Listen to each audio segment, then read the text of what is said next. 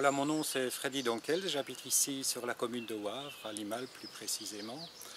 Je suis membre volontaire de l'association Natagora et je suis en fait le représentant pour la commune de Wavre de cette association.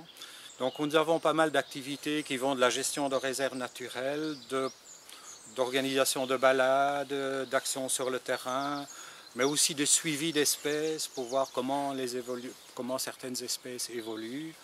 Donc pour le moment, on mène en collaboration d'ailleurs avec la division Nature et Forêt, le DNF, et le contrat de rivière d'Ilgette, une opération de recensement des castors dans la vallée de la Dyle et ses affluents. Donc c'est une opération qui va prendre quand même un peu de temps, qui va s'étaler sur plusieurs années.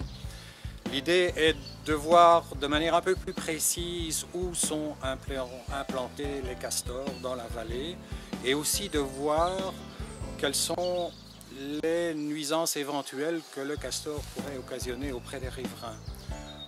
Parce qu'il y a parfois eu des plaintes et nous essayons à ce moment-là d'expliquer aussi aux gens comment ils peuvent se protéger envers le castor et aussi voir quels sont éventuellement les types de solutions pour que le castor puisse vivre tranquillement sa vie, mais les humains aussi. Le castor sera rarement strictement sur la Dyle, il sera plutôt sur les affluents. Pourquoi? Parce que la Dyle, le courant de la Dyle est quand même très fort.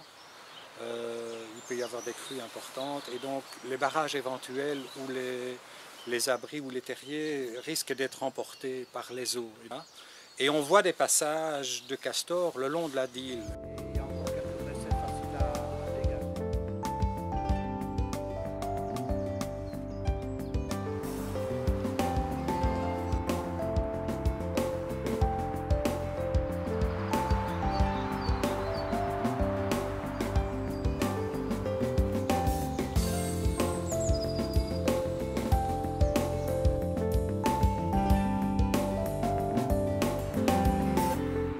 Donc, ça veut dire qu'il traverse, il utilise la Dyle comme une voie de navigation.